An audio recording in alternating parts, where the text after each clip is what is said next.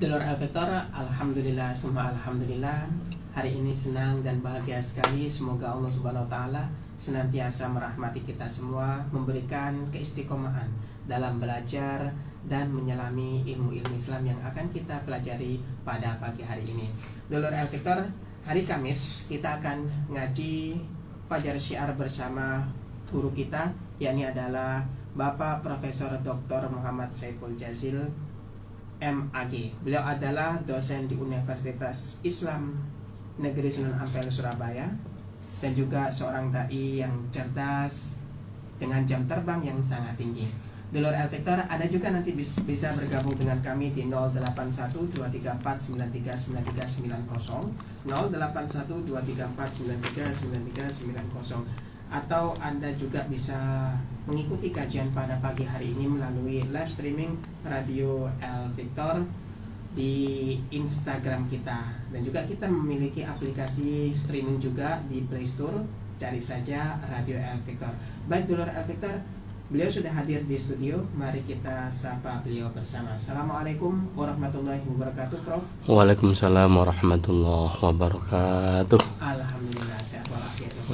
Sangat sehat, alhamdulillah. Mudah-mudahan kita semua dan juga Dulur Al-Fitor dimanapun berada senantiasa dalam keadaan sehat selalu batin, ya, selalu dilindungi Allah, selalu dimudahkan Allah. Amin.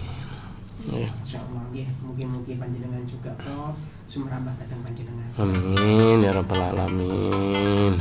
Ya. Oke. Assalamualaikum warahmatullahi wabarakatuh. Waalaikumsalam. Kepada Dulur Al-Fitor dimanapun berada, kita pagi ini harus merasa bersyukur kepada Allah karena diberikan kesehatan, kekuatan iman lahir dan batin oleh Allah sehingga masih bisa bertemu kembali di udara melalui Al-Fitor, ya. Namun sebelumnya saya mohon keikhlasan Dulur Al-Fitor. Kita kehilangan orang-orang terbaik di Al-Fitor. Ya, Mbak Nikma telah dipanggil oleh Allah mendahului kita kemarin menyusul Mas Helmi Ansori. Karena itu mari kita baca doa untuk beliau berdua khususnya, dan almarhumah, orang tua kita, guru-guru kita, keluarga kita, dan orang-orang kita cintai yang telah mendahului kita. Mudah-mudahan semua dosanya diampuni oleh Allah dan semua amal solehnya diterima di sisi Allah dan mendapatkan kedudukan yang terpuji dan tempat yang terbaik di sisi Allah Subhanahu wa taala. Dan semoga keluarga yang ditinggalkan semua senantiasa diberikan kemudahan, selalu ditolong oleh Allah, dan senantiasa diberikan ketabahan dan kesabaran, kekuatan iman lain dan batin. Dan juga Fatihah ditujukan kepada Romo Yai Husain Ilyas yang tadi malam mulai jam 6 sampai jam 22.45 itu operasi di rumah sakit PHC, ya. Mudah-mudahan beliau segera sembuh dan paringi panjang umur yang barokah, istiqomah sehingga senantiasa membimbing kita, membimbing umat semuanya. Ala hadiniyah wa likulli niyatin sholihah wa li hajatina wa hajatikum lana wa lahumul fatihah. A'udzu billahi minasyaitonir rajim. Bismillahirrahmanirrahim. Alhamdulillahirabbil alamin arrahmanirrahim maliki yaumiddin. Iyyaka na'budu wa iyyaka nasta'in. Ihdinas siratal mustaqim, siratal ladzina an'amta 'alaihim ghairil maghdubi 'alaihim waladdallin. Amin. Ya, baiklah Mas Ishak, ini saya ingin membaca mutiara hikmah yang disampaikan oleh Syekh Ibnu Athaillah As-Sakandari dalam kitabnya Al-Hikam. Beliau mengatakan begini, la tamuddanna yadaka ilal akhdhi minal khalaiqi. Janganlah sekali-kali engkau ulurkan tanganmu untuk menerima pemberian dari makhluk. Jangan mudah apalagi mengharap untuk memperoleh bantuan dan pertolongan dari makhluk. Illa antara annal mu'tiya fihi maulaka, kecuali jika engkau memang faham dan menyadari bahwa pemberi yang sejati, pemberi yang sebenarnya adalah Tuhanmu. Fa in kunta kadzalik fakhudh ma wafaqal ilma. Apabila engkau mampu berlaku demikian, maka terimalah apa yang sesuai dengan ilmu yang kau fahami. Jadi mungkin kita semua sebagai manusia ketika dalam kondisi sulit perlu bantuan dan pertolongan, ya. Tapi jangan mudah mengulurkan tangan kepada sesama makhluk,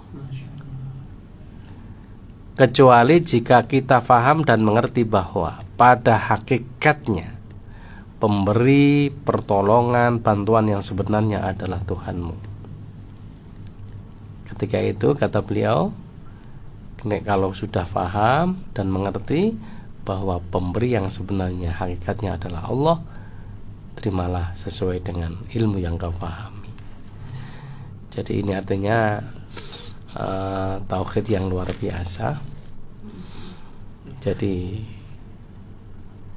meskipun kita menerima bantuan dari orang lain, itu hakikatnya adalah Allah yang membantu, tapi dilibatkan orang itu. Cuma perlu dipahami, karena rezeki bantuan itu tak langsung turun dari langit dan dilewatkan orang itu, sehingga Rasulullah menyatakan dalam hadisnya, malam yashkurin nas lam yashkurillah.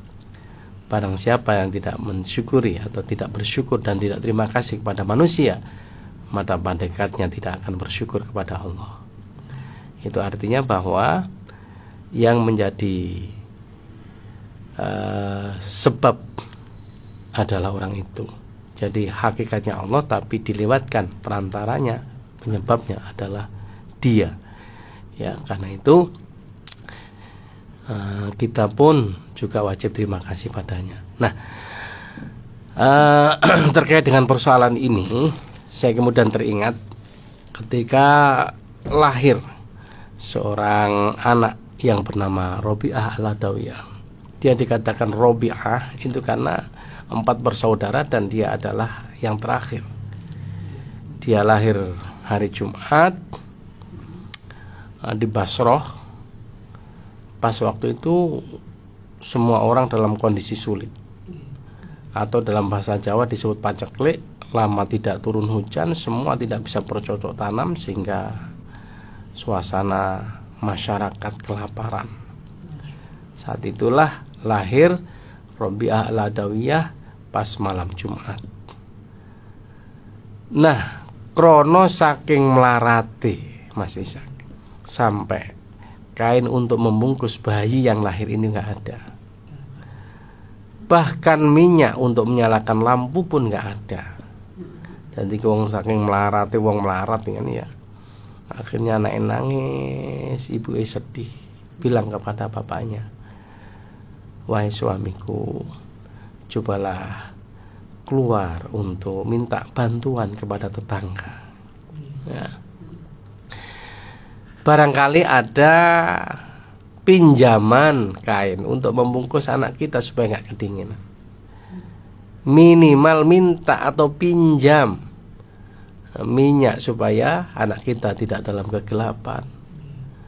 Akhirnya ayahnya Robi'ah, Pak Ismail ini keluar, kemudian menempelkan tangannya di jendela dan pintu tetangganya. Dari satu pintu mau ditodong nggak jadi, dari pintu pindah mana nggak jadi, karena dia ingat ini, janganlah engkau mudah mengulurkan tanganmu untuk memperoleh bantuan sesama makhluknya, karena mereka semua dalam kondisi lemah, semua dalam kondisi sulit. Kenapa aku minta tolong kepada orang yang sama-sama lemah? Akhirnya pulang nggak jadi. Kemudian sekedar untuk menghibur istrinya yang sedang gelisah dan susah ini, karena menanti ternyata hampa, istrinya dikasih tahu, wahai istriku, sebenarnya aku sudah mengetuk pintu tetangga dari satu ke pintu tetangga yang lainnya, tapi tak satu pun mereka yang mau membukakan. Padahal kan nggak jadi. Ya wis Mas ngono sabar. Akhirnya keduanya sampai arek iki ya krusel nangis bayine ya turu-turu dhewe. Ibu ya keturun, bapaknya tertidur semalam suntuk. Nah saat itulah Gubernur Basrah yang bernama Isa Zatan ya tiba-tiba mimpi ketemu Rasulullah Sallallahu Alaihi Wasallam. Wahai Isa Zatan, setiap malam sebelum kau tidur, kau selalu membaca sholawat kepadaku 100 kali.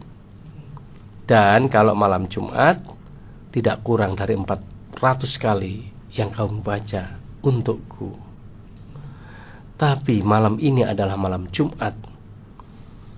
Engkau tertidur terlebih dahulu sebelum membaca sholawat kepadaku. Karena itu, sebagai tebusannya, kalau kamu masih ingin mendapatkan syafaatku nanti di akhirat, berikan 400 dinar kepada orang yang membawa surat yang akan datang kepadamu. Ya, jadi Bapak Robiah yang dituju itu ada Bapak Robiah ternyata kan gitu ya, Bapak Ismail itu. Singkat cerita, akhirnya malam itu Pak Ismail mendapatkan 400 dinar. Ya 400 dinar. Dan saking syukurnya karena Rasulullah yang langsung mengingatkan gubernur ini, ya, ini akhirnya dia juga bersedekah kepada fuqara wal masakin 10.000 dirham, ya, entah uang sekarang berapa ya, karena dia seorang gubernur kaya raya. Jadi akhirnya saat itu tertolonglah ya semua kebutuhan yang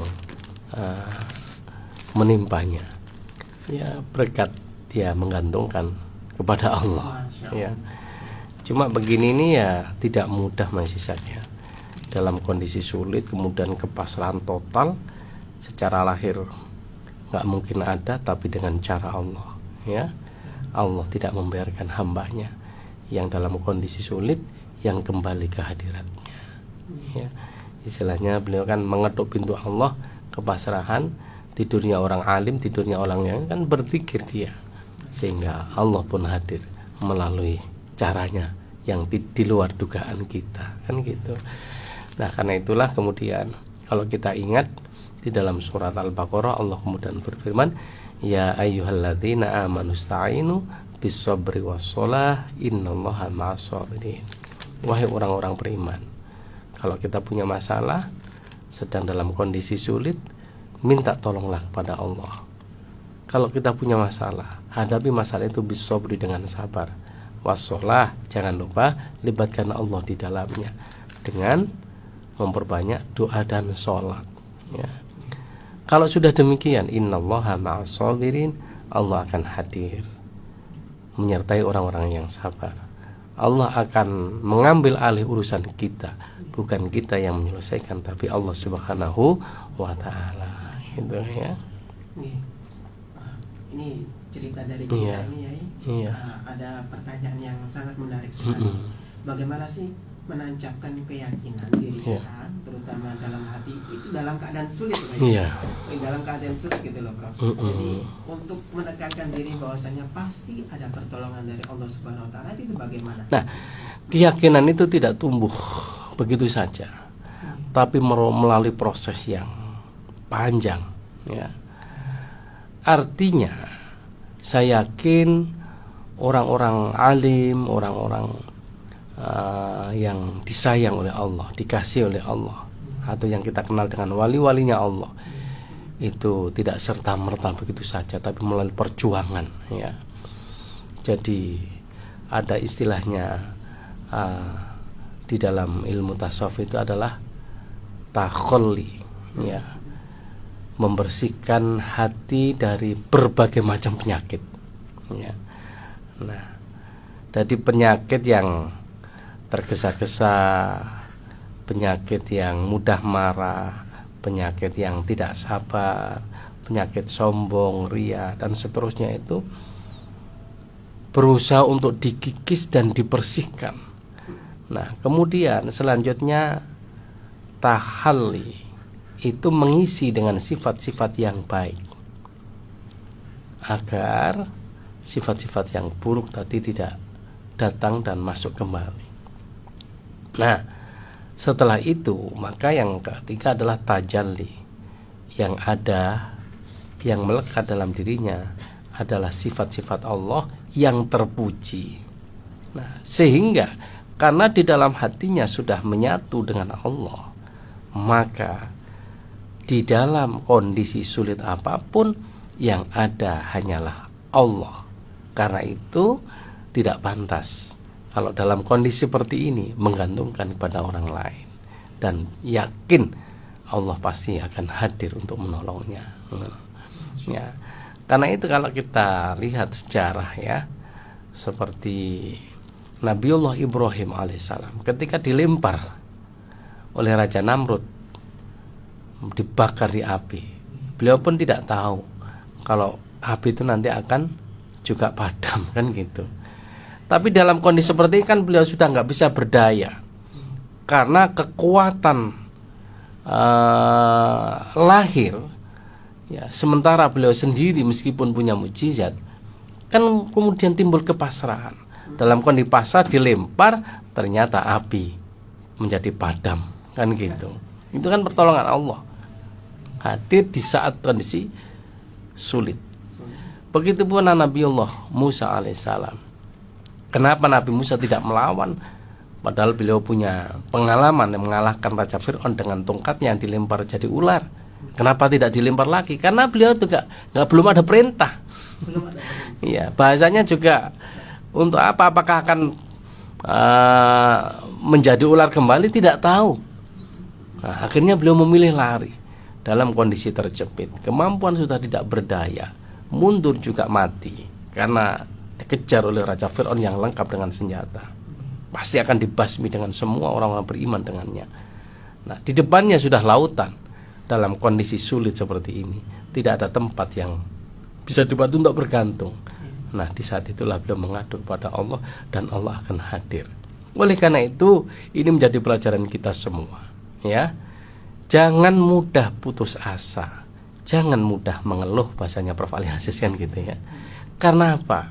Karena setiap kesulitan, kalau kita ikut melibatkan Allah dan menghadirkan Allah di dalamnya dan dipenuhi dengan keyakinan, maka Allah pasti akan hadir menolongnya. Nah, dalam kondisi seperti ini kita harus secara lahir dilatih bahwa ketika kita mengucapkan kalimat la ilaha illallah, yang artinya secara lahir makna bahasa adalah tidak ada Tuhan selain Allah, ini bermakna luas bahwa bisa di dalam hati dan pikiran kita harus tancapkan bahwa tidak ada yang bisa menolong dan menyelesaikan kecuali Allah.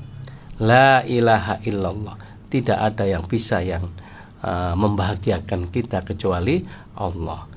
La ilaha illallah, tidak ada yang bisa menyembuhkan sakit kita kecuali Allah. La ilaha illallah, tidak ada yang bisa menambah dan mengarami umur kita kecuali Allah. Lah, kalau sudah demikian maka sudah habis daya dan kemampuan kita. Yang ada adalah daya dan kemampuan dari Allah Subhanahu wa taala. Ya, aku ya iso ngomong tok kaya prakteknya tidak semudah itu Mas Isan. Ya, tapi kalau selalu kita ulang kembali saling mengingatkan, insya Allah mudah-mudahan Allah memberikan hidayahnya ya, sehingga hati kita semua tertancap, tidak mudah menggantungkan pada orang lain kecuali Allah. Dan taruhlah ketika ada orang yang menolong kita, memberi kita, tetap kita terima, tapi harus kita pahami pada hakikatnya pemberi yang sebenarnya adalah Tuhanmu. Tapi kita pun, karena Allah tidak menurunkan bantuan dan pertolongan itu ceblok langsung dari langit, kita wajib berterima kasih kepada orang yang menjadi wasilah kita. Ya Allah. Ya, Prof, ya. Menarik sekali tadi Prof dari yang dicontohkan Nabi Ibrahim ketika waktu dalam keadaan sulit gitu ya Prof ya, dan juga Nabi Musa dan beberapa mungkin nabi-nabi yang lainnya. Bagaimana sih Prof kalau misalkan kita tarik ilmunya gitu loh Prof? Bagaimana ketika waktu itu kan posisinya dalam keadaan kepepet gitu loh Prof.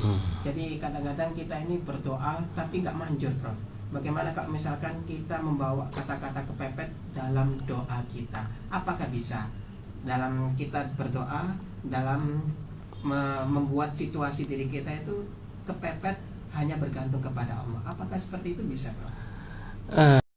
Ini kan suasana batin ya. Suasana batin itu tidak bisa diskenario. Seperti orang menangis, orang bahagia kan tidak bisa. Orang sedih nggak bisa kemudian disuruh tertawa misalnya. Orang tertawa pas kondisi bahagia itu suruh sedih juga nggak bisa. Nah, dalam konteks seperti ini menyangkut suasana batin yang mana itu akan muncul dengan sendirinya, dengan otomatis melalui latihan dan riyadhah yang sering kita lakukan gitu. Jadi dalam konteks ini tidak mudah memang Mas Ishak ya. Kalau kita tidak kepepet terus merasa kepepet kan gitu kita buat. Yang penting ketika kita berdoa kita yakin bahwa doa kita pasti diterima oleh Allah. Cuma seperti yang sering saya katakan bahwa Allah tidak selalu memberikan apa yang kita minta. Allah akan memberikan yang terbaik yang kita butuhkan. Karena itu ada seorang ulama besar namanya Syekh Mutawalli Asy-Sya'rafi pernah mengatakan bahwa ketika engkau berdoa dan belum dikabulkan oleh Allah sesuai dengan keinginanmu, jangan tergesa-gesa engkau mengatakan doaku ditolak oleh Allah. Tapi katakanlah bahwa Allah masih memilihkan waktu yang tepat. Allah masih memilihkan apa yang terbaik yang akan diberikan kepada kita. Kan gitu. Itulah yang harus kita tanamkan. Sehingga kalau kita paham seperti ini, maka semua yang terjadi pada diri kita, baik ditolak ataupun diterima oleh Allah, hakikatnya adalah terbaik dalam pandangan Allah, sehingga kita selalu mengucapkan alhamdulillah.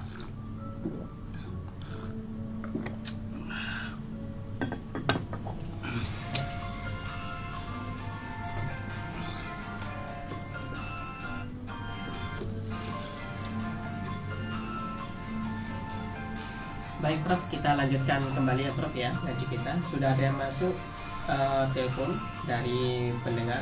Kita langsung angkat ya. Assalamualaikum warahmatullahi wabarakatuh.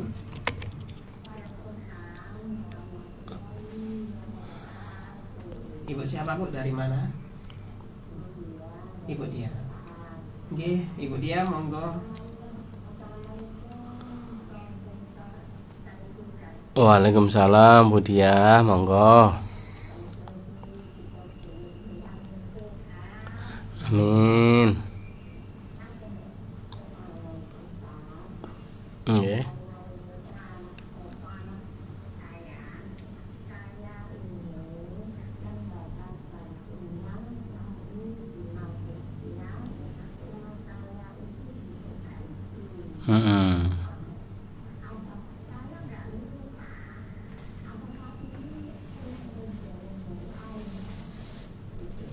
Oke. Iya.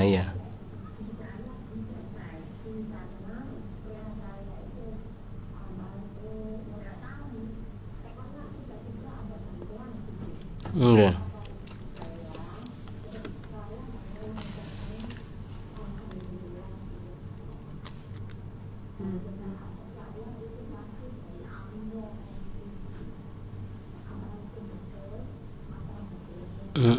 Oke.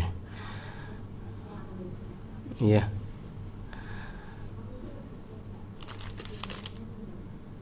Iya, oke. Sami-sami Bu. Ya, Ibu Dia. Jadi ini Waalaikumsalam. Ini merupakan anugerah yang luar biasa. Tidak minta, tidak mengharap, tiba-tiba rezeki datang. Yang bahasa orang Jawa disebut rezeki nomplok. Ya. Embuh nomplok itu apa maksudnya Mas Ishak? Ya. Saya yakin Budia punya amalan yang menyebabkan Allah hadir dalam kondisi-kondisi serba kekurangan, ya. Mungkin dalam pandangan banyak orang sampai terpantau oleh pemerintah daerah, ya, rumah yang dihuni oleh Budia ini tidak layak, kan begitu ya. Nah, kok bisa tahu dari mana? Bisa jadi karena sikap dan kebaikan ibu secara sosial. Ada masyarakat, ada pamong, ya, ada aparat desa yang melaporkan itu kepada pemerintah setempat, sehingga Budia mendapatkan prioritas untuk bedah rumah. Nah, dalam konteks ini ya syukurnya pertama ya kepada Allah atas anugerah yang di luar dugaan, dan yang kedua kepada mereka yang terlibat.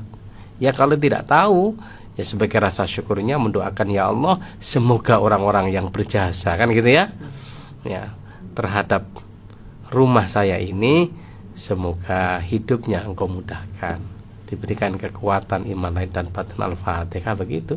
Itu salah satu rasa syukurnya mendoakan, karena mendoakan orang lain yang orang lain didoakan tidak tahu, kata Nabi kan diamini oleh malaikat, dan malaikat kemudian bilang kepadanya, walaka bimithli, engkau akan mendapatkan hal yang sama, kan gitu. Nah, ini sebagai rasa syukur karena kita tidak bisa membalas apapun kecuali dengan doa, kan gitu ya. Nah, di dalam surat At-Tolaq inilah yang kemudian Allah menyebutkan wa yarzuqhu min haitsu la yahtasib. Ya, tapi rezeki yang di luar dugaan dan tidak disangka-sangka ini itu ada rentetannya sebelumnya.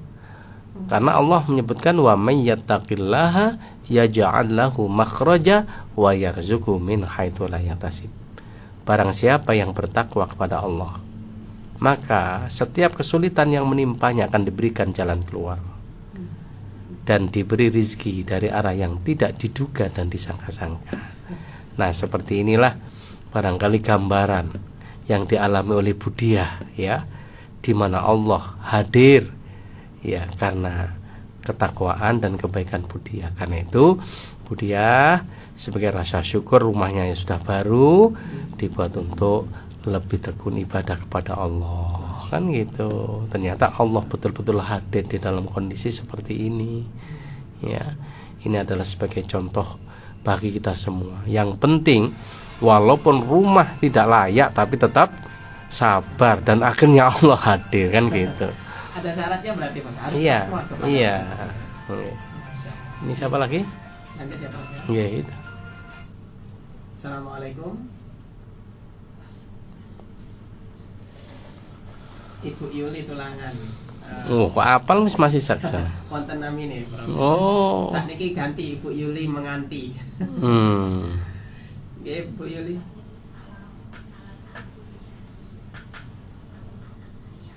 Nggih. Nggih.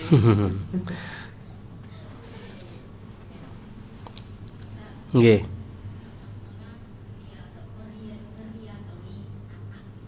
Nggih.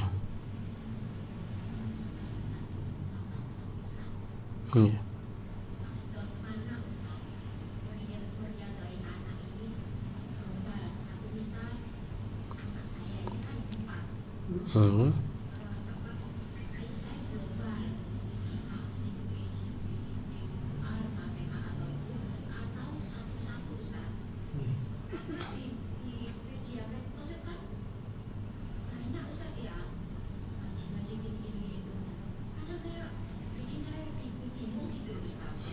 Okay.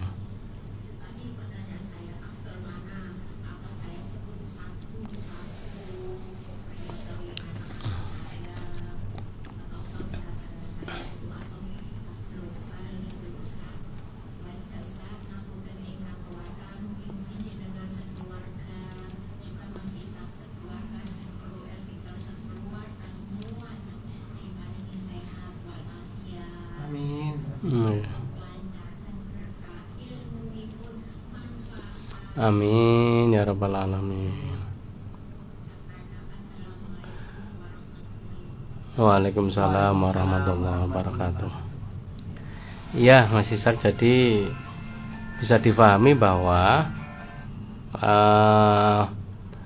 yang terkait dengan pertanyaan Bu Yuli ini, saya kemudian ingin membuat sebuah ilustrasi.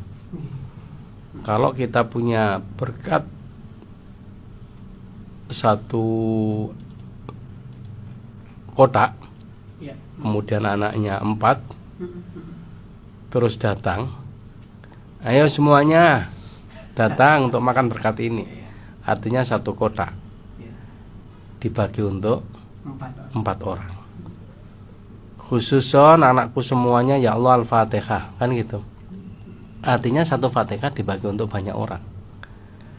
Terus dikasih kotaan satu-satu. Khususon yang 1A Al-Fatihah, B Al-Fatihah, C Al-Fatihah. Maka kalau pertanyaannya paling afdol, mana Fatihah secara global untuk semuanya atau Fatihah satu untuk satu orang? Ya tentu jawabannya adalah lebih baik satu untuk satu orang. Ya. Karena jelas pahala dan barokah yang mengalir utuh, tidak dibagi. Satu. Nah, itulah. Jadi ibaratnya makan satu dibagi bersama, tapi kalau Fatihah satu untuk satu anak.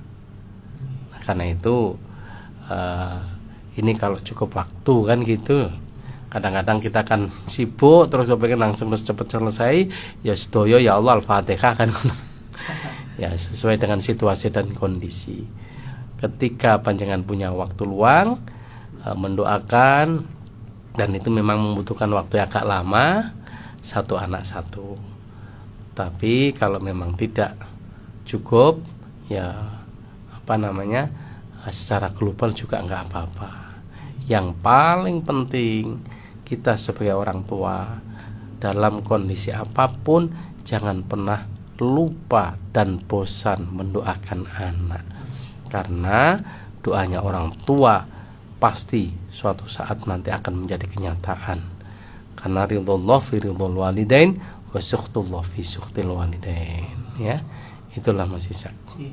Terima kasih Prof. Menarik sekali. Artinya kalau tawasul seperti tadi Al-Fatihah, kalau kita misalkan baca Al-Fatihah jami'ul muslimin wal muslimat, itu juga kena. Iya, kena semua. Tapi itu kan lebih bagi lagi lu banyak orang lagi kan gitu ya. Iya.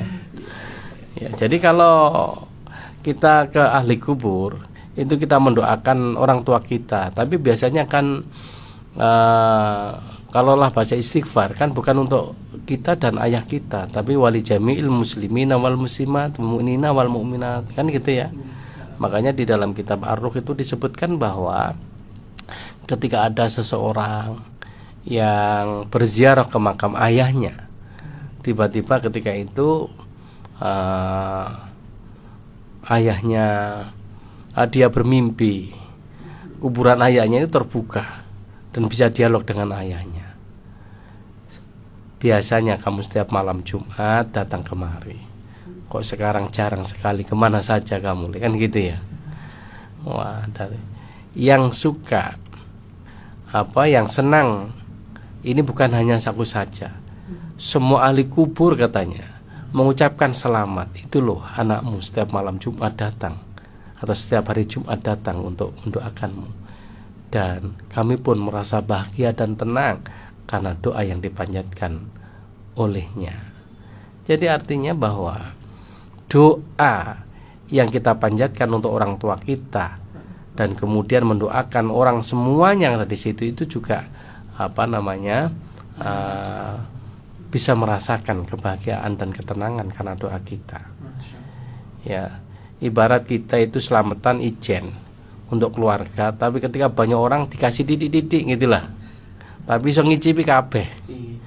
Nah, walaupun tidak sempurna seperti yang dituju untuk ayahnya, ya mereka minimal iso ngrasakno kecipratan kan gitu.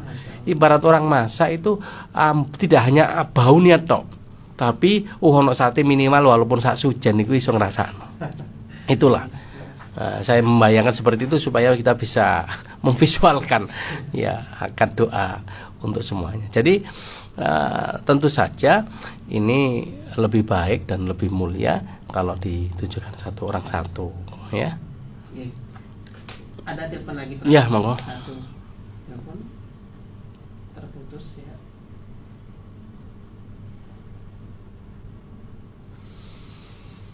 Assalamualaikum. Waalaikumsalam. Ini kok perempuan semua, ibu-ibu semua ya, yang El Victor ini. Mak Mujayana. Waalaikumsalam. Bu Mujayana, rujaknya gimana?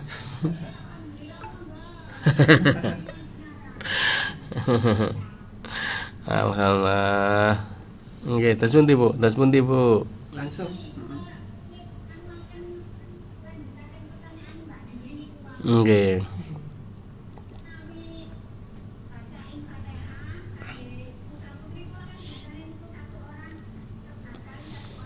Oke, Masya Allah.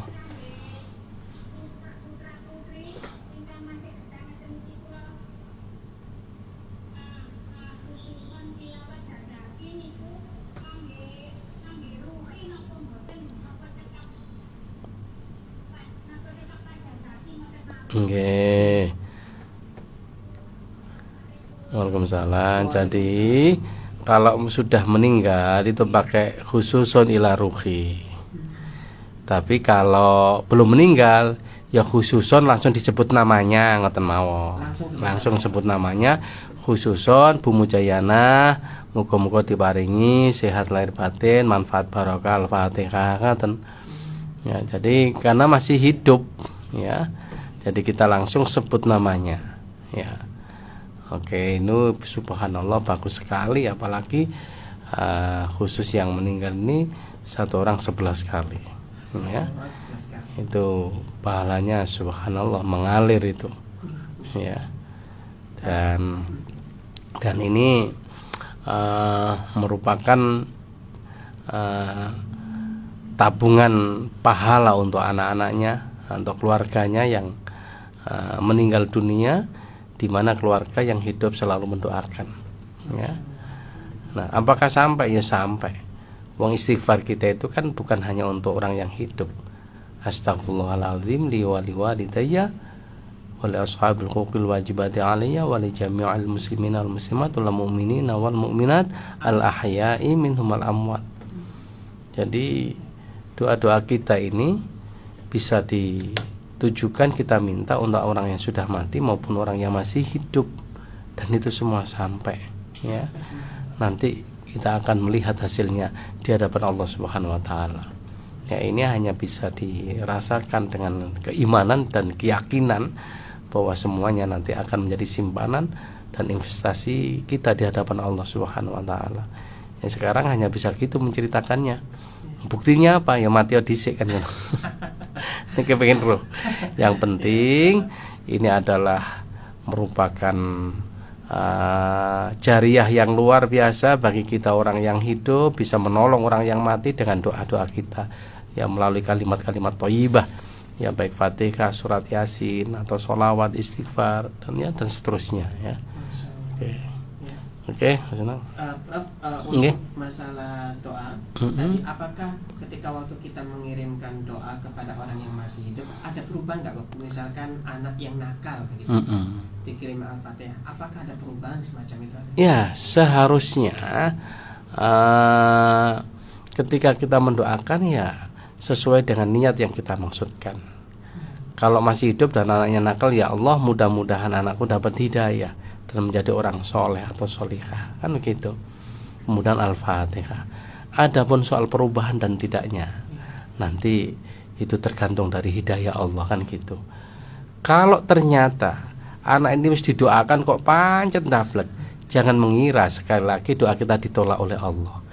Bisa jadi Allah punya rencana yang terbaik. Dengan adanya seperti itu, akhirnya kita semakin mendekatkan diri kepada Allah. Ya. Jadi jangan berhenti. Allah sengaja ingin menguji kita, sampai di mana engkau hadir kepadaku. Sehingga melalui anak itu, nek gak ngono awakmu gak ndonga nang aku, kira-kira ngono lah. Ini langsung tak marahin kok nak umar. Biasanya nalurinya manusia kan begitu. Nek wis tujuannya tercapai kan sudah leren. Masya Allah. Ya, Satu pertanyaan terakhir, Prof. Oke. Ya, Prof, Assalamualaikum warahmatullahi Waalaikumsalam. Ngapunten tanya Prof, apakah orang buang angin itu kalau mau wudhu harus cepok terlebih dahulu? Oh ya, selama tidak ada benda yang keluar Ya.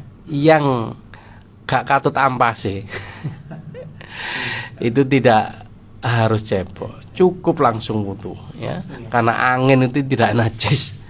Lah angin nak najis, sing mambu ya najis, sehingga harus dibasuh. Jadi sekali lagi, kalau kentut langsung wudu, tidak harus dicawi, tidak harus dibersihkan pantatnya ya. Tapi kalau pas kentut kok metu sak ampase, itu bahasa rewe kal kecil itu ya, itu wajib ya, disucikan sampai bersih baru wudu ya, begitu Mas Isak ya. Oke, ada 2 menit terakhir mungkin. Iya. Cukup dengan doa. Baik, jadi ini merupakan momen yang luar biasa. Saya syukuri dengan alhamdulillah, walaupun hanya sebulan sekali masih bisa hadir di Al Victor dan menyapa dulur-dulur, dan semuanya masih dalam keadaan sehat walafiat. Ternyata umur itu subhanallah tidak bisa diprediksikan ya. Mas Hilmi kemarin baru mengisi acara istighosah malam minggu terakhir ya, di Al Jihad, dan tidak ada orang yang menyangka kalau secepat itu dipanggil, karena kondisinya kan sehat luar biasa. Ternyata Allah berkenan mengambilnya begitu cepat. Oleh karena itu mudah-mudahan semua yang kita lakukan dicatat sebagai amal soleh. Semua kesalahan dan dosa, baik kita sengaja maupun tidak, diampuni oleh Allah. Kalaulah suatu saat kita semua dipanggil oleh Allah, mudah-mudahan dalam keadaan husnul khotimah. Allahumma sholli ala sayyidina Muhammad walhamdulillahi rabbil alamin. Rabbana ighfir lana wa liwalidina warhamhum kama rabbana shighara. Allahumma ighfir lahum warhamhum wa'afihim wa'fu anhum. Allahumma la tahrimna ajrahum wa la taftinna ba'dahum.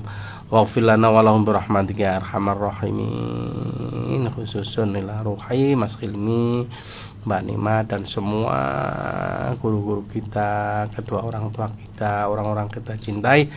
Mudah-mudahan semuanya diampuni oleh Allah, mendapatkan kedudukan yang terpuji di sisinya. Rabbana atina fid dunya hasanah fil akhirati hasanah wa qina adzabannar wa adkhilnal jannata ma'al abrar ya aziz ya ghafar ya rabbal alamin. Wa sallallahu ala sayyidina Muhammadin walhamdulillahi rabbil alamin. Terima kasih atas perhatiannya, mohon maaf atas segala kurangan. Assalamualaikum warahmatullahi wabarakatuh.